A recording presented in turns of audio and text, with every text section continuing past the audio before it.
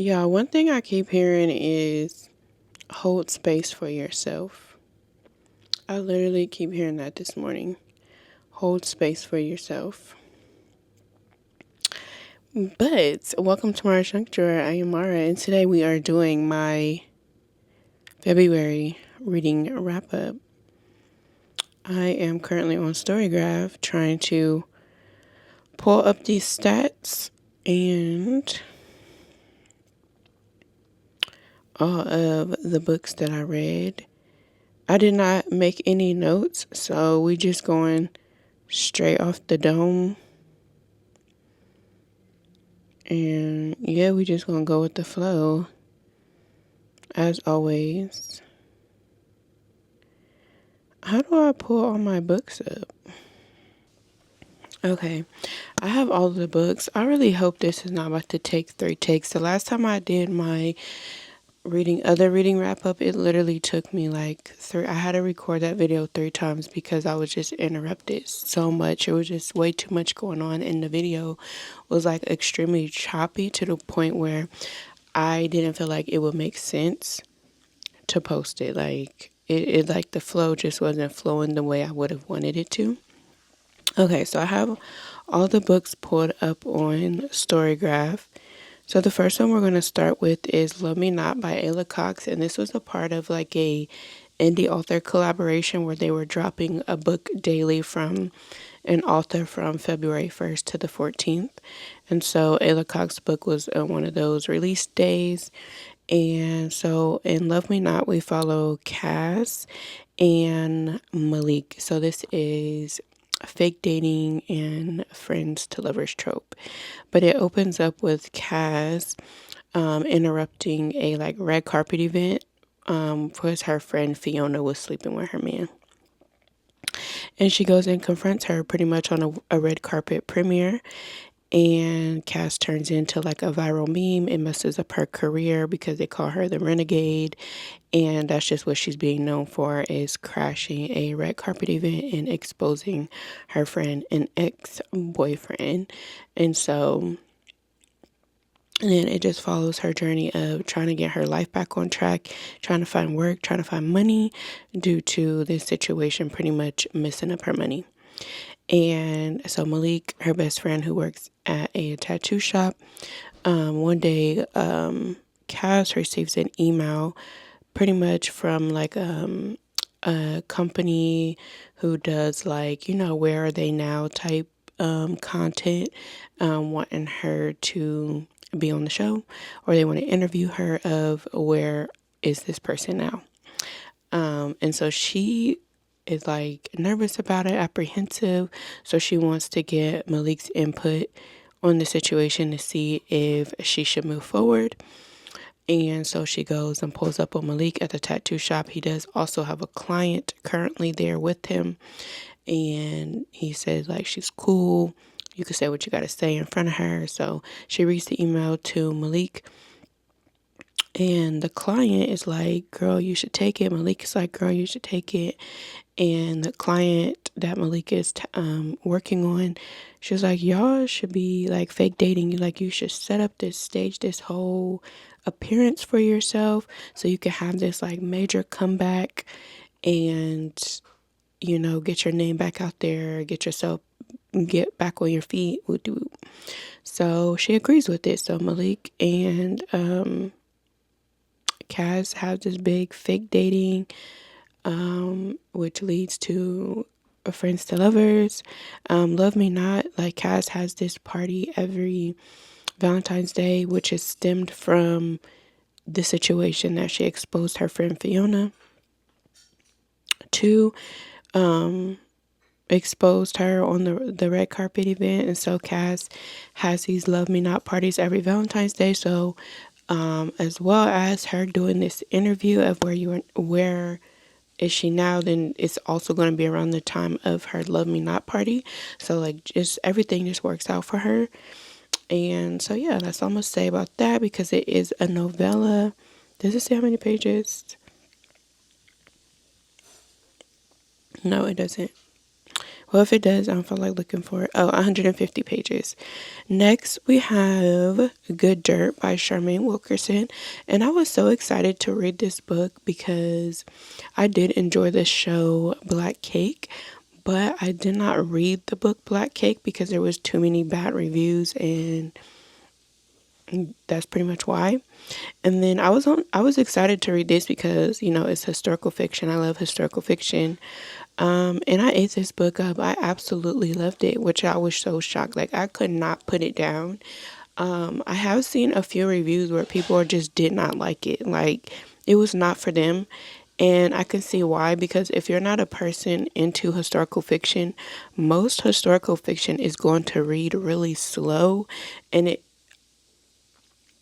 I don't want to say you're going to feel like you're in a history lesson, because I feel like some authors do a good job at giving you a piece of history, but also giving you a great fiction story. But this one does read really slow. It's more so for people who do like historical fiction, slave narratives, and they are willing to sit down and enjoy a nice story. Now, I can't do a cozy read when it comes to like mystery thriller, but when it comes to historical fiction, I can, and that's kind of like how this book is.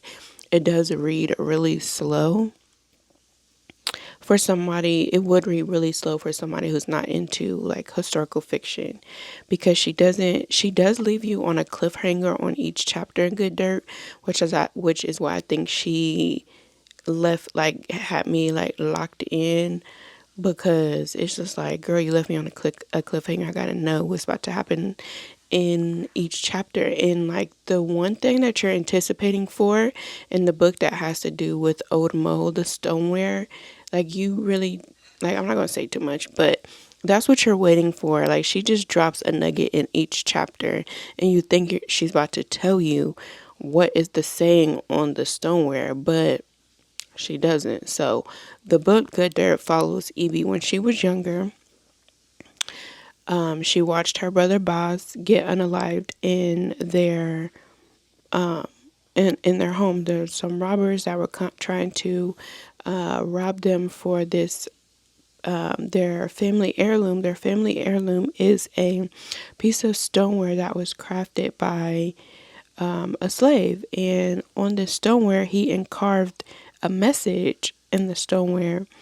And so when people are starting to realize how much these pieces of art are going for, they are just like hunting around places for some, and they so happen to find out that they have them in they had a piece in their home.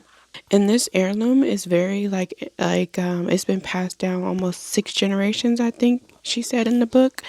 So it's like the original slave who created it, and then it was taken.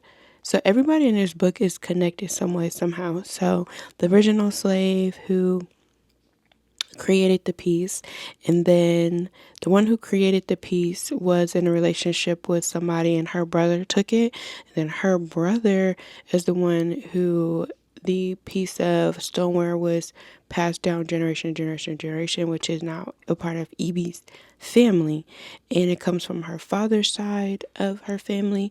So both of her parents, Evie's parents, her mother and her father, both are extremely rich. Like, they are a rich black family living in a white neighborhood, and they got robbed. The brother was unalived due to these robbers trying to take this family heirloom. So the book, fast forward, the book does jump to multiple timelines as well as multiple point of views. The book goes from the 1800s to the current, like, 2019. Yeah. So 1800s, 2019, and then there's like a point of view for pretty much every single character in the book. I kid you not, like, there's a point of view for each character, which I personally love, because you get each person's perspective, and when you're dealing with like multiple generations, I love that. I'm going to eat that up every single time, okay? So we follow Evie present day. A child, her man left her at the altar Henry, he's a white man. So she was a black woman marrying a white man. At the day of their wedding, he leaves her on red at the altar. Doesn't give her any type of heads up, no communication, nothing. He just does not show up. And so fast forward, EB's friend has like this I can't remember, are they in France? I believe they're in France because I think in one of my other videos I said London, but I believe they are in France. And so her friend has this little cottage in France that she pretty much like leases as like an Airbnb type vibe. So her friend was like, you can go stay on the property, but her friend is still having guests. So she's like, just make sure the guests get in, but stay out their way, whatever. Child, why one of the guests that arrive to the cottage is her ex-husband, well, not ex-husband, her ex-fiance and a new woman, the T. So at first I thought this book was going to go completely different because the first impression that the author introduces the new girlfriend as is like a single white female vibe, because you get her perspective as well, and it's almost like she was stalking EB to see who she was because she wanted to know who her man's previous woman was. But everybody knows EB because she cannot escape her identity, because she will forever be known as the little girl who lost her brother due to a robbery. Like, everybody knows who she is. One, because her family is rich, and two, because of the headlines. And then there was just like this viral picture of her, of like a photographer taking a picture of her at the crime scene, and so that's like a viral picture that has circulated. So like, she cannot escape her identity, and that's another reason why she wanted to go to France, to not only escape her ex-fiance leaving her at the altar, but also to escape her identity. She just wants to go somewhere where somebody's not recognizing her. So yeah, her ex-fiance pulls up with this new woman, and she has to stay on this property with them for a few days. And then so it like goes to the journey of that situation. And then there's a piece of hair on my microphone. And then we also are following the journey of the person who sculpted this heirloom, which the family has named the heirloom Old Mo. So the heirloom, the sculpture, the stoneware, which is on the book, you'll see the cover of the book, Old Mo. Oh, and Old Mo was broken during the robbery, so they no longer have this heirloom because it was broken. And what was I saying? Oh, yeah, you follow the journey of Omo, how Omo was sculpted. You also follow the generation of mainly her father's family, because Omo is an heirloom from her father's side. So I enjoyed it. Like, I just love historical fiction because the historical fiction is pulled from, in the back of the book, she shows you where she got all her facts from, but most of the historical facts are like the historical, what am I trying to say? The history is centered around African stoneware, not African, I'm sorry, slaves who sculpted these pieces, and the importance of how families stay connected through heirlooms. So that's mainly what it's centered around. And I enjoyed it only because, one, a history lesson of Black culture, and two, the multiple generation. I love that. I love it. Okay, next we have Deja Vu, a Valentine's Day novella by Olivia Linden. So Olivia Linden was a part of the collab with Ayla Cox, where they were doing that, a book a day until Valentine's Day. And this is a second chance. I usually don't do second chance, but this second chance was acceptable. So we followed Deja and Van. So when she first met Van, is it Vaughn or Van? Van, Van, Vaughn. It could be either or. We're gonna say Van. When she first met Van, he did not have his stuff together at all. He was pretty much like the chemistry was there, but he was still giving red flags. So she was just kind of apprehensive. And then they didn't see each other for a long time. And then she sees him again. And then that's when the second chance start rolling in. And baby, real nasty. They was real nasty. That's all I'm going to say about that. It is a novella. That's 107 pages. So if you want to like a nice little vibe, then you could get into it. Next we have Love Radio by Ebony Liddell. This book, I'm mad that y'all kept telling me to read this and I didn't read it.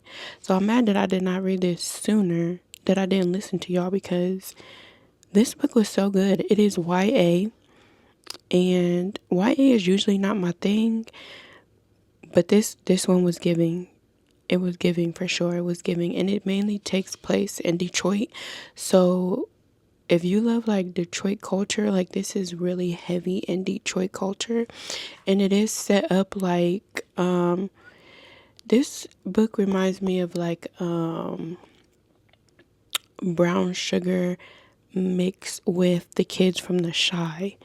Like the kids in the book is giving like the Shy, like the young adult aspect is like the kids in The Shy, but like how the book is orchestrated or like structured is like Brown Sugar, because the main character, he is a DJ. Prince is a DJ in high school, and he has his own like love session segment on the radio because of his uncle. And Danny is very much like closed off. I ain't with these dudes. I don't want to be in a relationship. She don't believe in love, even though her parents have been married for such a long time. She has a great example of partnership and marriage. Her mom is like a into romance, like black romance movies heavy. But Danny's not. And so Danny meets Ford, who I said Danny meets Ford. Danny's last name is Ford. So Danny meets Prince, and the chemistry is there, baby. The chemistry is there.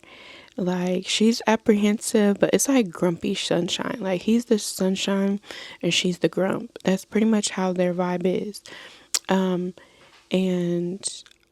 I would recommend the audiobook if you want the radio vibe, because it does include like Prince's radio segments of like him doing his show for the day. And then, so I love that aspect of it. That's why I wanted to listen to the audiobook, since it was set up in like radio format. But I really love like the Detroit culture in the book, how it was deeply embedded.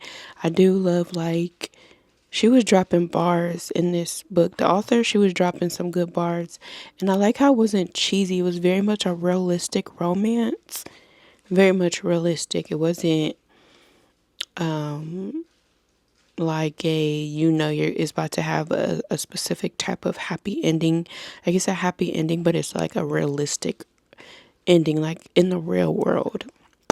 So you still do get your like the feels that you want for a romance novel, but it's also very much realistic, which I love. I love me a realistic love story within a fiction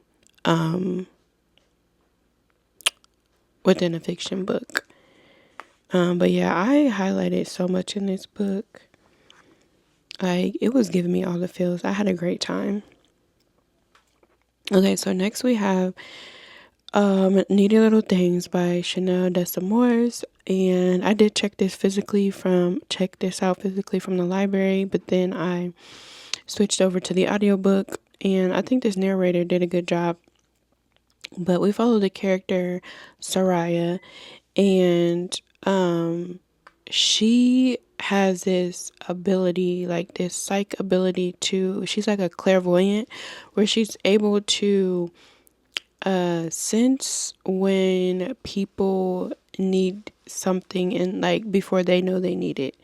And so she's currently in high school, so this is a YA, and she's not able to turn it off. So whenever she's around people, all she hears in her head is this person needs that, this person needs this person needs that. Like she's just constantly hearing that somebody needs something. And so she has this group of friends. I don't even remember her friend's name, but it's a guy and a girl. She currently lives at home with her mother and her brother. Her brother has sickle cell. Her mother is severely depressed, and her father is currently not in the home, but she does have a relationship with her father. I think he lives like a couple hours away or like an hour away.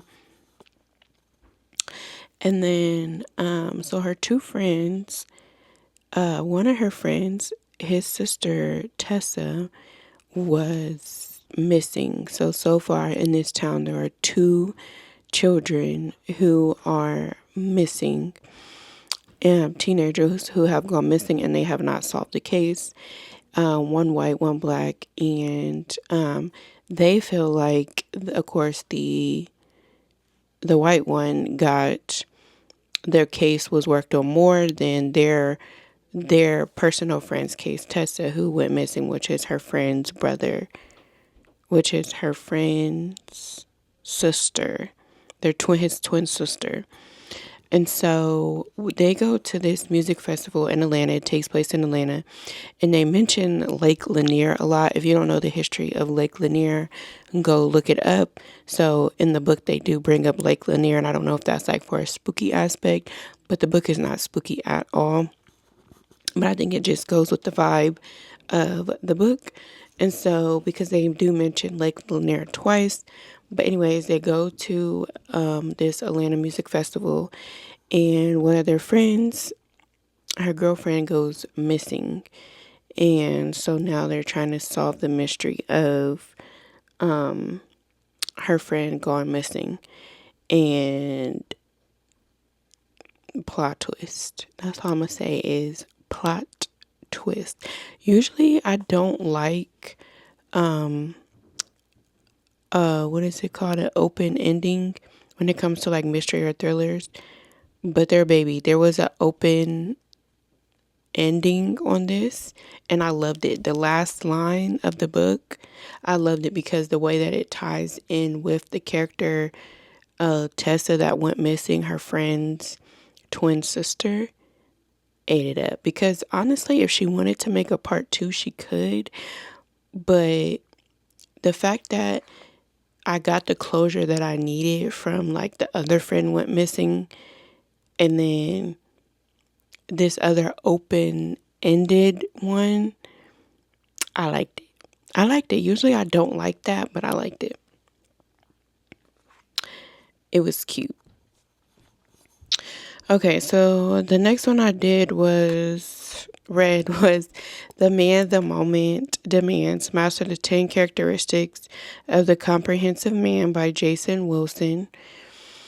Let me see. I have the book here. I absolutely love this book. Look how much I tabbed it.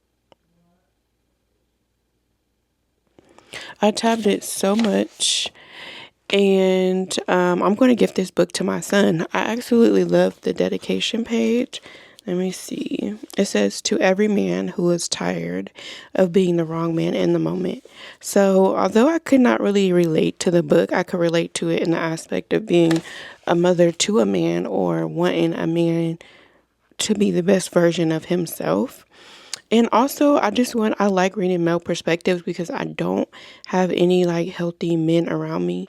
I don't have like a male friend that I could hit up and be like, I need advice on this or that. Like, I just don't have that. So it's always refreshing to hear like a positive male perspective. So pretty much in this book, Jason just takes a man on a journey of how he can master the 10 characteristics of the comprehensive man. Let me see. I have it tabbed, the 10 characteristics. Let's see. The 10 characteristics are a fighter, provider, leader, lover, nurturer, gentleman, friend, husband, and father. And he breaks this down to you of and the son. That's the last one. So he breaks it up to you from a biblical aspect with like scripture reference, and then what he personally thinks his definition of those.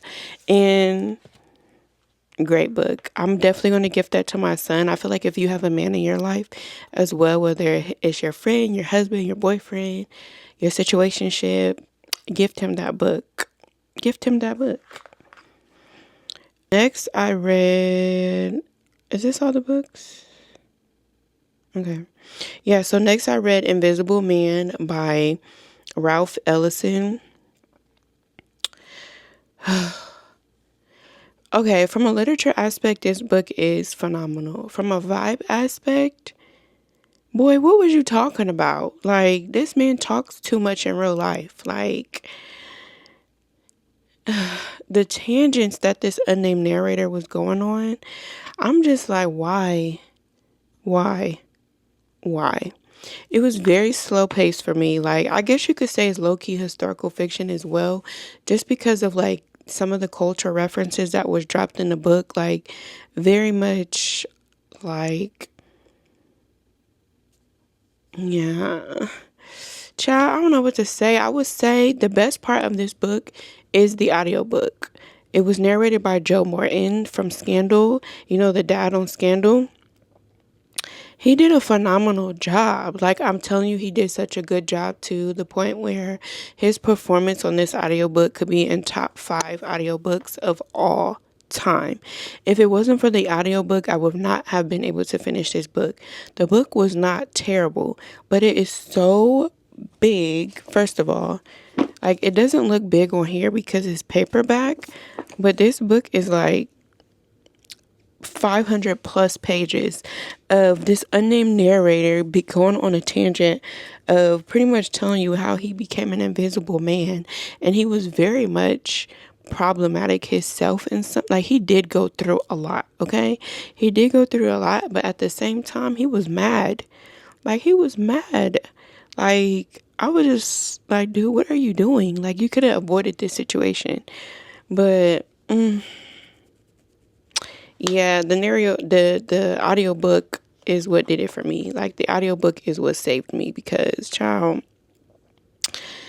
that unnamed narrator, he was just going on way too many tangents that my brain could not absorb. Like, it was too much for me.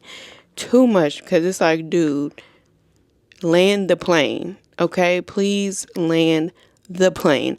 And each chapter felt like a book itself. Like, these are not short chapters at all, but like, it was information overload. In some points, I felt like about absolutely nothing. Like, there was one chapter that dealt with SA, almost like incest, and I wanted to throw up because, like, Ralph, why did we need this chapter? You could have gave us this point that you were trying to make without that chapter. Like, we already know what goes on. Like, maybe all this is like deeply rooted from his personal experiences, and he just did not want to, like, it could have been pretty much about his life, but he didn't want to put his face to his life story.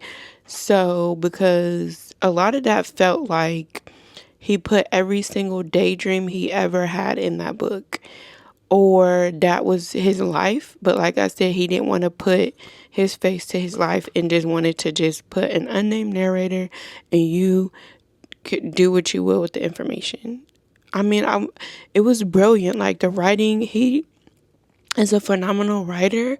Like, the way he's able to write detail. Like, if you like somebody who loves, like, he detail, like, to the point where you could probably draw out each scenario in the book because he gives you so much detail. But baby, it just was not for me. It was not for me at all. Not for me. So I think that's all the books that I read for the month of February. I hope so. I sure do hope so. I sure do hope so. I would say my favorite book that I read this month. Dang, it's hard. It's hard. It's really hard. I would say my favorite one was Good Dirt by Charmaine Wilkerson was my favorite book this month. Excuse me. And second, I would have to say The Man, the Moment Demands. The Man, the Moment Demands. Yeah, The Man, the Moment Demands. The Man, the Moment Demands. The Man, the Moment Demands. Okay, I don't know why that just happened, but yeah, I think that's all the books that I read for the month of February. For February. For February. So I do thank you so much for watching. If you made it this far, I really hope this video was not chaotic. If you have not done so already, go ahead and subscribe to your girl. Why? Because it's nice and chill over here, baby. Okay. Leave me some love down in the comments. Let me know if you read any of the books that I mentioned today. Go ahead and give this video a thumbs up. And I will see you guys in my next video.